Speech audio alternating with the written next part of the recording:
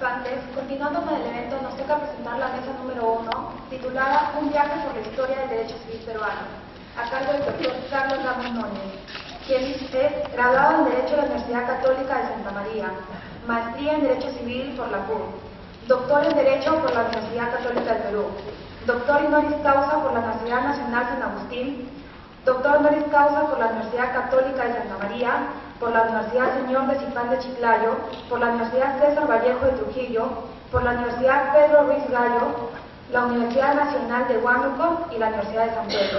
Además, en la actualidad es subdirector del Instituto Ribagüero y miembro del número de la Academia Peruana del Derecho de Historia.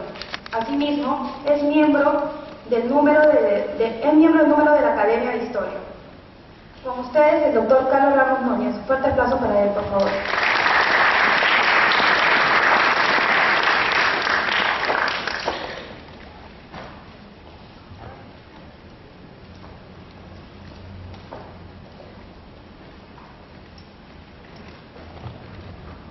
Estimados doctores Carlos Fernández Cesarego y Javier de Belaúnde, artífices del Código Civil de 1984, queridos colegas, queridos estudiantes que han organizado este certamen.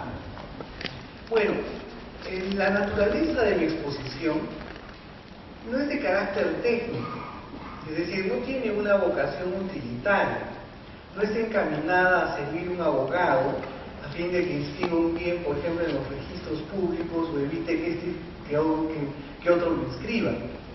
Mi reflexión es de carácter académico, ¿no? Es una reflexión que tiene que ver con mi oficio de historiador del derecho. ¿Qué es lo que ocurre? Creo que después de 30 años de haberse promulgado el Código Civil, ha pasado el tiempo necesario, ¿no?, como para dirigirle una mirada no solamente de carácter profesional o técnico, tampoco desde el punto de vista dogmático. Para eso existen, digamos, los expertos, los entendidos, los estudiosos del derecho positivo, sino más bien una mirada, un punto de vista de carácter histórico.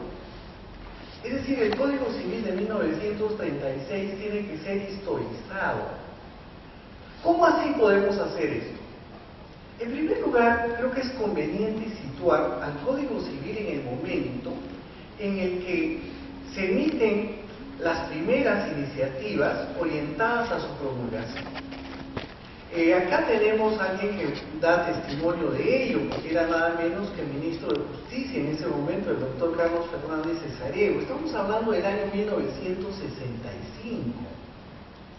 Es decir, el itinerario de formación del Código Civil de 1965 a cuando fue promulgado en 1984 supone alrededor de 19 años, más o menos, prácticamente 20. ¿Qué razones debieron haber llevado al legislador, a los artífices del Código de 1984 a preparar? ¿Qué razones?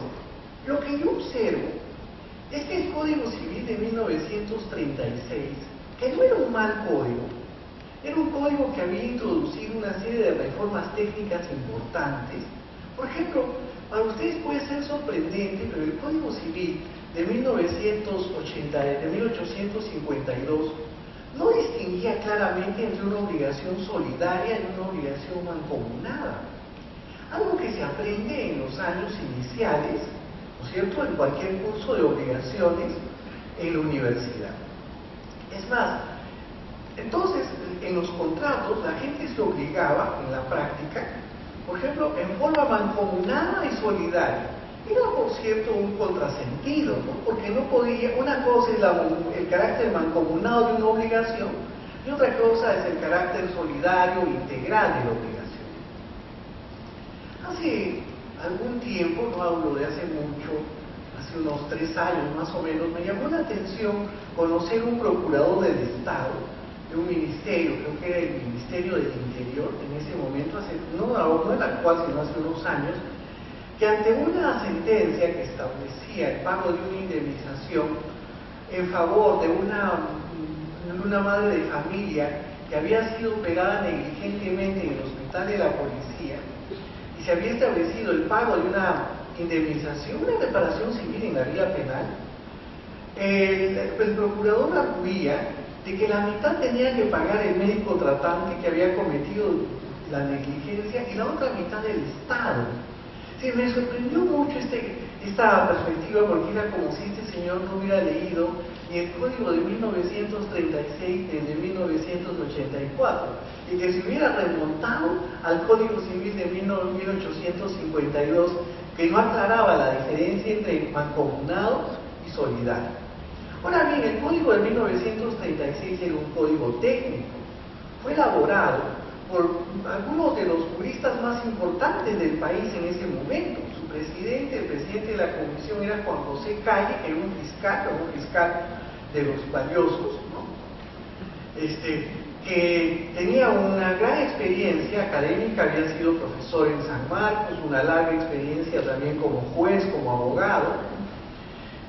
También lo acompañaba Manuel Augusto Lachea, que era un profesor muy reputado en el campo del derecho de las obligaciones, que conocía la doctrina extranjera, principalmente la alemana y la francesa, que había vivido en Francia durante muchos años y había edificado, gracias a su fortuna, una importante biblioteca, insuperable quizás en ese momento. Otro de los juristas que elaboró el Código de 1936 fue Pedro M. Oliveira, ¿no? Que era un profesor de San Marcos, había dictado Derecho Romano, Historia del Derecho. Además, era un político. No hay que olvidar que el Código Civil de 1936 en realidad empezó a ser redactado en 1922, es decir, en la época del gobierno de Leguía. Leguía era alguien que, como muchos políticos, que quieren pasar a la historia como eminentes legisladores. Ya en su primer gobierno había dictado el Código de Procedimientos Civiles, ¿no? En 1911, que entró en vigencia en 1912. Había dictado la primera ley orgánica del Poder Judicial que tuvimos en el Perú. Antes, en el siglo XIX, teníamos reglamento de tribunales, pero no existía una ley orgánica del Poder Judicial en todo el sentido de la palabra, que además estuvo vigente hasta el año 1962. Ustedes dirán, alrededor de 50 años de vigencia. Bueno, también se dictó una ley de enfiteusis en su primer gobierno, que era muy importante porque era una manera de ver la propiedad de modo distinto. La enfiteusis era un desdoblamiento de la propiedad. Es como si uno fuera dueño del dominio útil y otro dueño del dominio directo. No era un arrendamiento, era en realidad un sistema que mezclaba el arrendamiento con el dominio o la propiedad. Bueno, en 1912 eso desapareció, porque eran instituciones que venían desde la época colonial. También en 1912 se dictó una ley del notariado, que fue la primera. Y en su segundo gobierno, Leguía dictó, además de la Constitución de 1920, que es muy importante, ¿por qué? Porque por primera vez se establecieron en el Perú los derechos sociales. Es decir, por ejemplo, el reconocimiento de las comunidades indígenas o campesinas, ¿no? El reconocimiento de la jornada de 8 horas, que se había reconocido poco antes a través de una ley en el gobierno de José Pardo.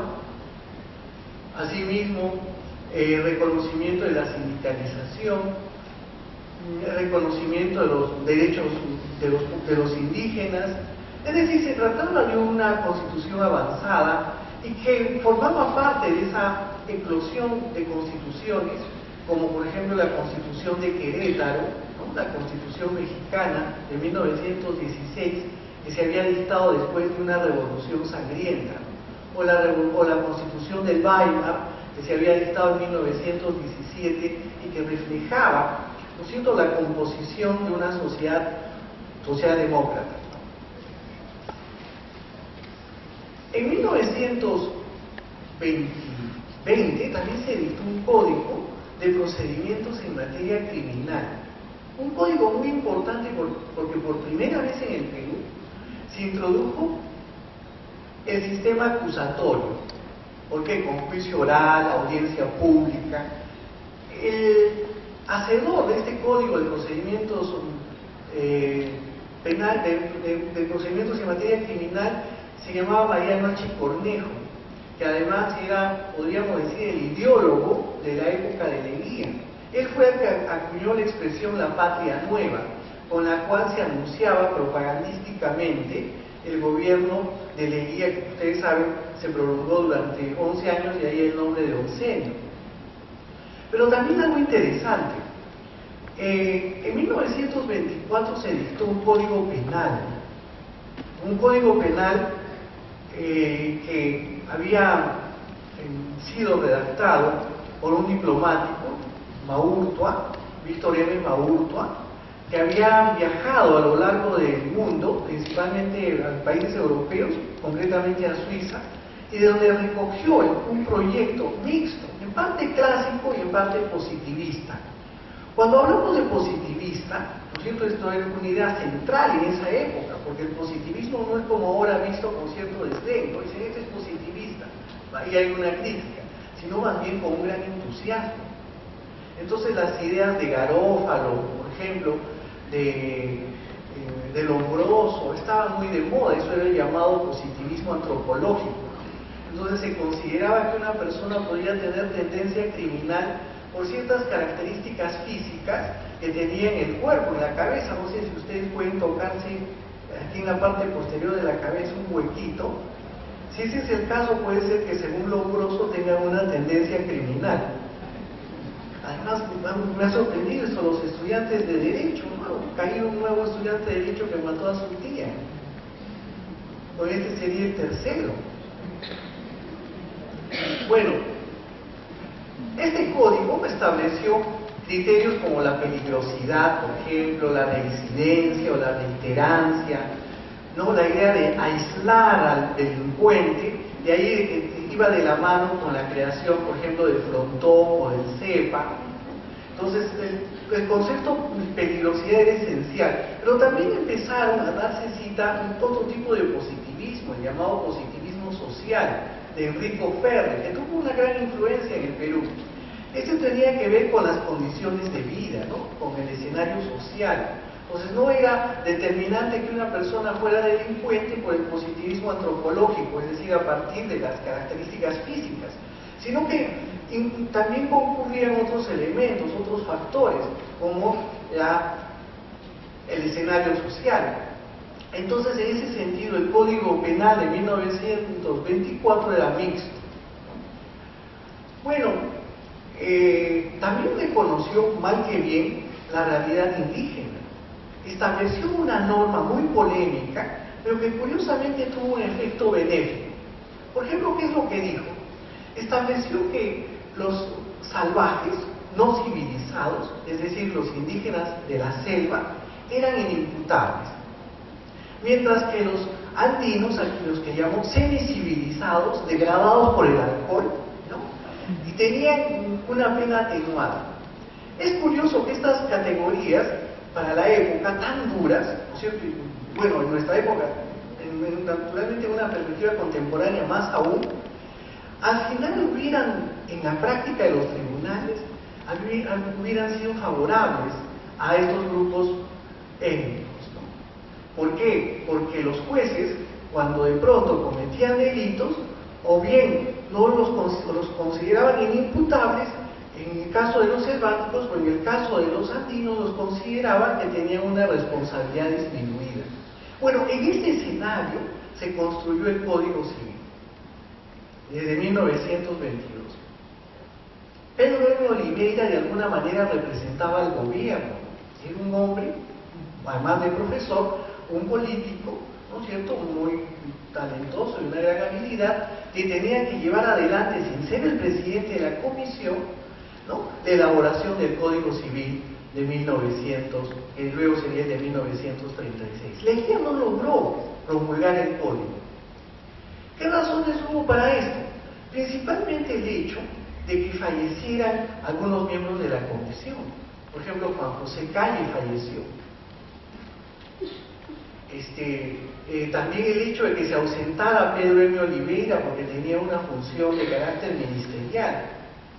Entonces, no tuvo quizás el tino Leguía de llamar a otros miembros que integraran esa comisión. Lo pudo haber llamado incluso a gente que estaba vinculada a él.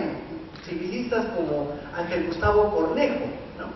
Cuando hablo de civilista hay que tener cuidado, porque civilista en lo político, en esa época se le llamaba al miembro del Partido Civil, de orientación conservadora, ¿no? El partido que fundó en el siglo XIX Manuel Pardo.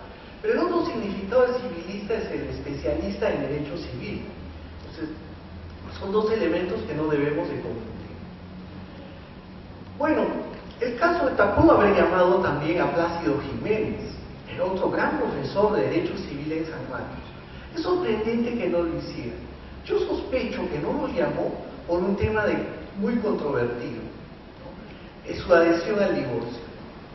Sucede que en 1920 un proyecto de divorcio que tenía que ser promulgado por el gobierno, por el Poder Ejecutivo, es decir, por el propio presidente Augusto B. Leguía, no lo fue. ¿Por qué? Porque hubo observaciones por parte de la Iglesia. En ese momento el obispo de Lima, Monseñor Lizón, ¿no?, hizo observaciones al proyecto. Como el régimen de Leguía buscaba legitimarse, ¿no?, lograr el reconocimiento, por ejemplo, de gobiernos como el mismo Estado Pontificio del Vaticano, entonces no quiso adelantarse, ¿no?, promulgando esta ley que se demoró 10 años, recién se dictó en 1930 ya con Sánchez Cerro, ¿no?, el matrimonio civil y el divorcio. Me causa mucha gracia ahora que se discute la unión civil, ¿no es cierto? ¿Por qué? Porque en ese momento lo terrible era conseguir el matrimonio civil, ¿no es cierto? Y salirse del matrimonio canónico o religioso. Bueno, Leguía no promulgó entonces el Código Civil. Habría de promulgarlo Óscar R. Benavides, que amplió su mandato. Es decir, el Código de 1936 nace desgraciadamente con una mácula política. ¿Cuál es esa mácula política? Haber surgido de un régimen dictatorial. No obstante sus virtudes técnicas.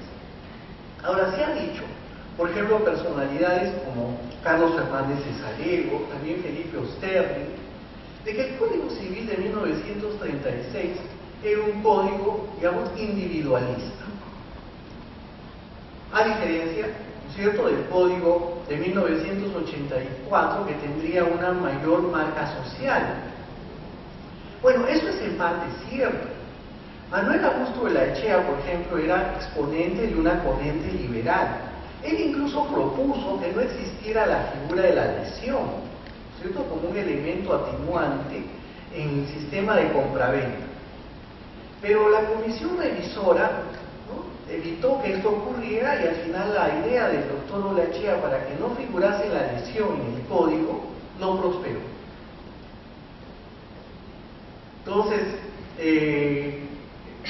pero sin embargo otros autores, ¿no?, como Pedro M. Oliveira, el propio Juan José Calle representaba una línea más bien tradicionalista, es decir, una línea fuertemente vinculada al pasado, ¿no?, mientras que Alfredo Fimur, otro de los miembros de la comisión, en cambio encarnaba lo que podríamos decir las especialidades. En esa época ya empezaban a surgir áreas, como se llamaba en esa época, el derecho agrícola, ¿no?, o el derecho industrial, o el derecho minero, que empiezan pues de alguna manera a desmembrar esta estructura bella y muy coherente que era el Código Civil de 1936. Ahora, una vez que el Código Civil de 1936 es promulgado, empieza a envejecer. ¿Por qué? Por los enormes cambios que se producen en la vida social y política, no solo del país, sino también del mundo. La Segunda Guerra Mundial, la Guerra Civil Española, los enormes conflictos ideológicos a los que asiste el mundo en la primera mitad del siglo XX. El conflicto de la Guerra Fría, por ejemplo, una vez concluida la Segunda Guerra Mundial, es un código que, de pronto, quizás de haberse reformado, ¿no?, sustancialmente hubiera podido sobrevivir. Pero de algún modo algo pasó que envejeció. En el entretiempo aparecieron una serie de instituciones. Es decir, la tendencia no era hacia un individualismo, ¿no es cierto?, como el del siglo XIX, sino más bien hacia una socialización. No se trataba de una socialización a la que podríamos llamar marxista-leninista, no, sino estaba marcada una idea social. ¿Por qué? Porque el Código de 1936 no había establecido aún derechos, por ejemplo, igualitarios. Digamos, los derechos de la mujer. Es decir, la mujer no era reconocida a plenitud en sus derechos. Es decir, la representante aún de la sociedad conyugal, el representante del hombre, que tenía que dar autorización a la esposa para ejercer alguna actividad, ¿no?, de carácter comercial. Los hijos no tenían un carácter igualitario. Se avanzó mucho en el sentido de permitir acciones de filiación. ¿Por qué? Porque el Código de 1852 establecía, siguiendo en esto al Código Napoleónico, que estaban prohibidas las acciones judiciales de indagación o de reconocimiento de la paternidad. Es decir, si un padre no reconocía a su hijo espontáneamente, judicialmente no podía hacerlo. Napoleón Bonaparte había dicho respecto de su código que los bastardos debían estar fuera de la ley. Y eso fue lo que hizo el Código Civil de 1852. Solo para el caso del estupro, es una mezcla de seducción y violación que tenía el antiguo Código Penal de 1862. Entonces, el reconocimiento del Código de 1936 de la posibilidad de iniciar una acción judicial de la paternidad era un verdadero progreso, era un verdadero logro. Sin embargo, los hijos matrimoniales, en esa época llamados legítimos, vean ustedes el nombre, ¿no?, la carga ideológica que trae, y los hijos extramatrimoniales, como lo llama hoy el Código, y que entonces eran los ilegítimos, se encontraban en posiciones desiguales. Por ejemplo, un hijo ilegítimo heredaba la mitad de lo que heredaba un hijo legítimo. Es verdad que el Código de 1936 introdujo cambios respecto del Código de 1852. ¿No es cierto? Por ejemplo, ahí habían términos. Hijo, vamos a ver, por ejemplo, un término que se utilizaba era nefario. Hijo de mujer pública, ¿no? El hijo incestuoso. Es decir, las categorías eran terribles. Si los padres tenían impedimento, o hijo adulterino, si los padres tenían impedimento, entonces la condición de los hijos era atroz. Solo se salvaban de alguna manera los llamados hijos naturales. ¿Quiénes eran los hijos naturales? Los hijos naturales, bueno, a pesar que todos son naturales, ¿no?, por lo menos en esa época no existía la inseminación artificial, ¿no? Los hijos naturales eran aquellos cuyos padres no tenían impedimento. En todo caso, el Código de 1936 ya registró un progreso, pero era con el transcurso del tiempo, y en los años 50, en los años 60, en los años 70, era perfectamente odioso pensar que dos hijos, uno ilegítimo y otro legítimo, heredasen en proporciones, bueno, tan grandes como una en proporción entera y otra la mitad. Recién cambió eso, miren ustedes, en la Constitución de 1979. Esta fue la Constitución que estableció los derechos igualitarios de la mujer. Es más, estableció más derechos para la mujer que para el hombre. Decía la Constitución, la mujer tendrá derechos no menores que el varón. Se entendió de alguna manera que los tenía mayores, por lo menos en el campo del derecho del trabajo.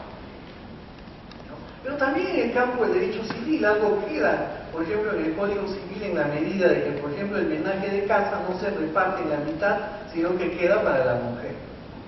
Como un guiño a una cierta superioridad, podríamos decir como una crisis de conciencia, ¿no?, como una manifestación de culpabilidad frente a un machismo, frente a un patriarcalismo que duró tanto tiempo. El Código Civil de 1984 en el plano técnico consagra esos progresos. Es decir, es un código, por cierto, que del siglo XX, aun cuando hay que reconocer que llegó algo tarde, ¿no es cierto? Fue una gran revolución. ¿Qué es lo que traducía? La incorporación de la mujer a la actividad económica, pero también una serie de hechos sociales como, por ejemplo, la migración a las grandes ciudades, del campo a las grandes ciudades, ¿no? El crecimiento, esta vez ahora en los últimos 10 años, por ejemplo, asombroso de la clase media. Entonces creo que era necesario, ¿cierto?, en líneas generales, que se diera un nuevo código. Además, se presentaban otros cambios, por ejemplo, a nivel del mundo rural. Se dictó una ley, después del Código Civil de 1936, reconociendo el llanaconaje.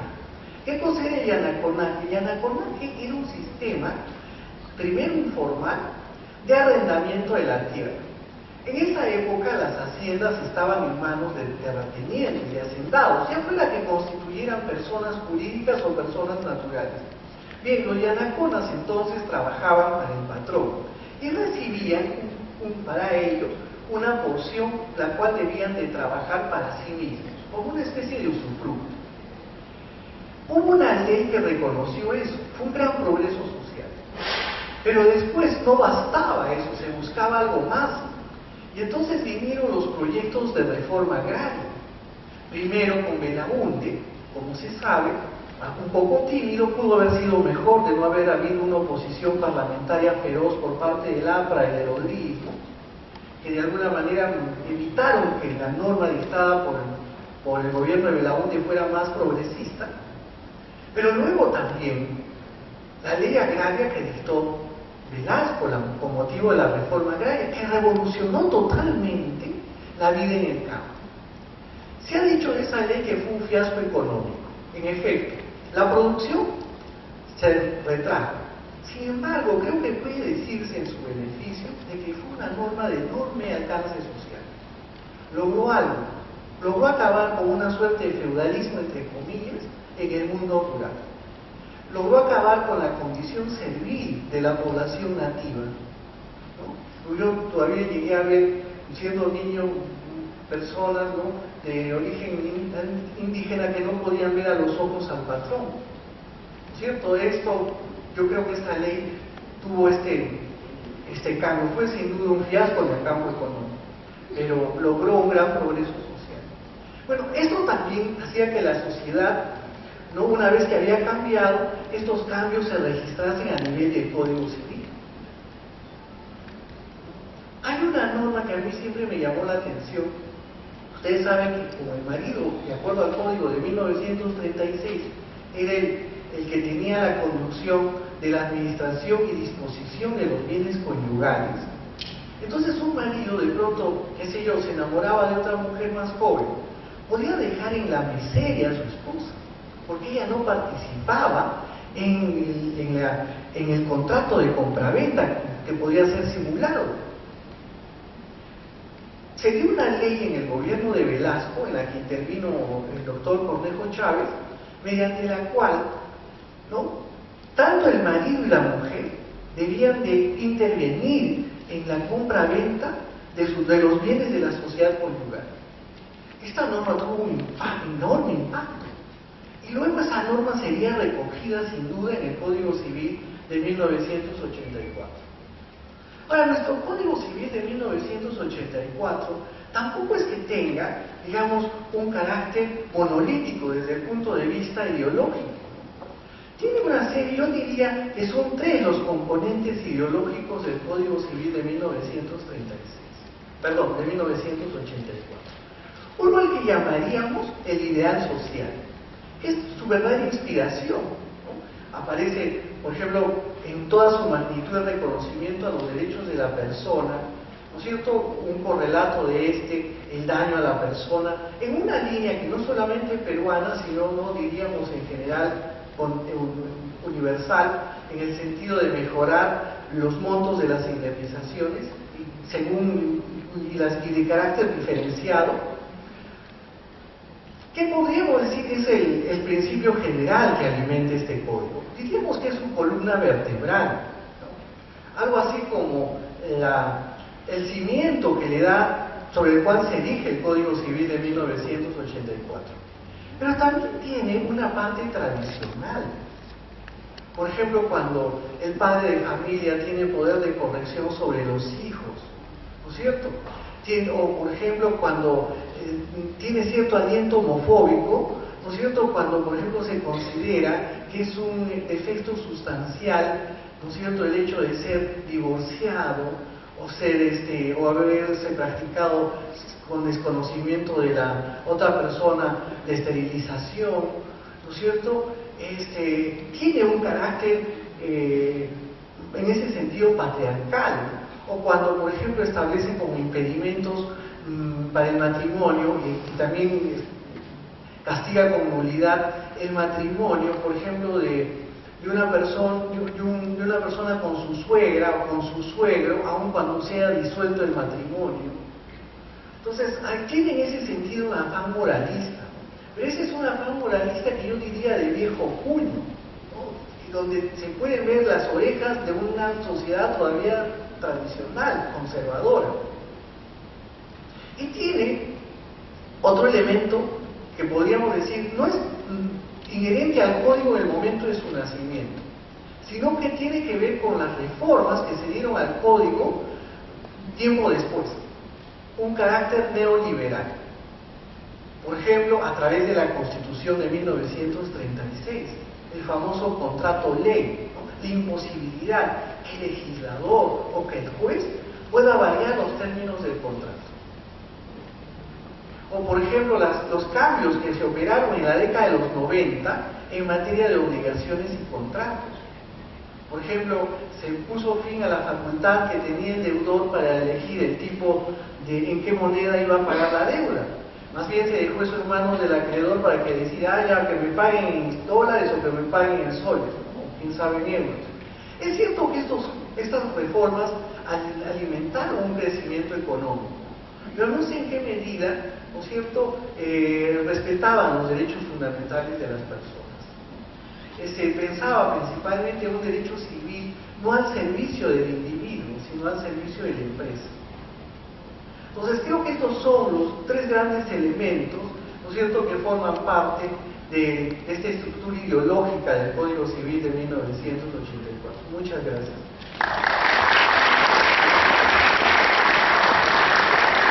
Se me olvidaba, quiero obsequiar, aquí entrego a los organizadores del seminario 2 ejemplares de mi último libro, Derecho, Tiempo e Historia, ¿no?, a fin de que puedan ser sorteados entre los asistentes. Muchas gracias.